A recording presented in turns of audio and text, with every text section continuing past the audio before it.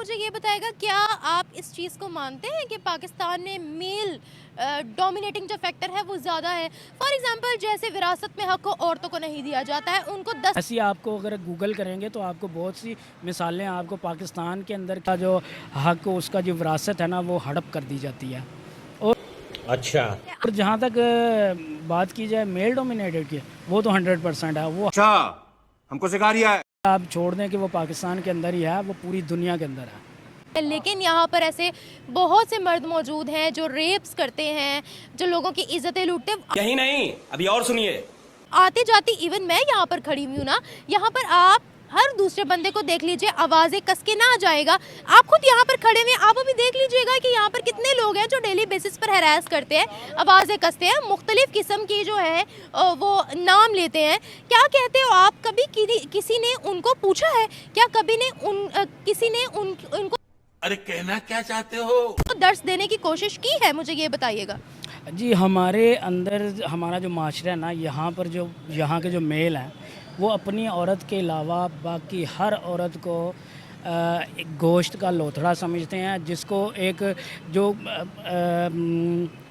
नाई कसाई होता है ना, कसाई, उसकी दुकान के आपने नीचे देखा होगा एक कुत्ता बैठा होता है। वो कुत्ता होता है जो गोश्त को इस नज़र से देखता है कब इसकी नज़र हटे और वो उसकी चीर फाड़ करे। अरे तो करे क्या, बोले तो बोले क्या? ये है हमारी सोसाइटी। अब इससे अच्छा शायद मैं ना बयान कर सकूं। सब क्या देखना पड़ रहा है? अच्छा है मैं अंधा हूँ। ये कह सकती हूँ कि पाकिस्तान में औरतें महफूज नहीं हैं, पाकिस्तान औरतें महफूज नहीं हैं। अब इन लोगों का ये कॉन्सेप्ट बन गया क्योंकि यहाँ पे हर किसी चीज़ का ब्लेम औरत पे डालते हैं कि औरत बाहर काट डालूंगी। क्यों निकली, औरत ने ऐसे कपड़े क्यों पहने, औरत ने ऐसे कपड़े क्यों पहने, औरत रात को लेट क्यों वापस आई, यही नहीं, अभी और सुनिए। उसने ये क्यों किया। हर चीज़ का ब्लेम औरत पे लगा देते हैं। इस चीज़ का कोई कॉन्सेप्ट नहीं है। वो हर चीज़ पे ना हम ये कहते हैं औरत को ब्लेम करके ना हम मर्द को शय दे रहे हैं, इसलिए ये केसेस ज़्यादा बढ़ रहे हैं। मेरा ये करक वाला फैक्टर ख्याल है। मुझे आप यहाँ पर ये बताएगा, आपने बिल्कुल ठीक कहा है, औरत को हमेशा इजी टारगेट बनाया गया है। रेप हुआ तो क्या ये कह दे कि उसका दुपट्टा कहाँ था? क्या ये कह दे कि उसने बुर्का नहीं पहना हुआ था? क्या कहेंगे आप? इस चीज को कैसे डिफेंड कर सकते हैं? तो बुर्के वाली औरत भी महफूज नहीं है।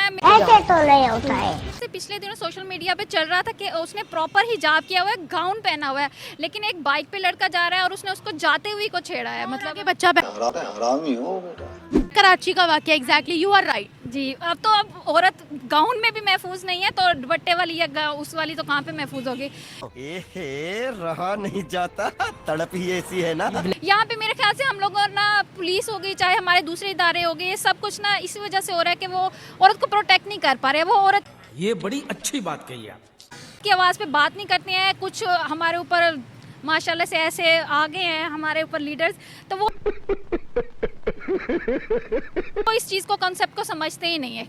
अगर कोई औरत जाती भी है ना, बजाय उसके कि उसकी कंप्लेन को सुना जाए, उस पर फ़ौरन एक्शन लिया जाए, उसको और ज़्यादा हम बना देते हैं और उसको उसको और तरीके से हरास करते हैं। मैं ये क्या कहना चाहती हो सीधे? चाहे वो मीडिया हो जाता है, चाहे वो हमारे ये इदारे हो जाए, वो औरत को ही गलत करा देते हैं।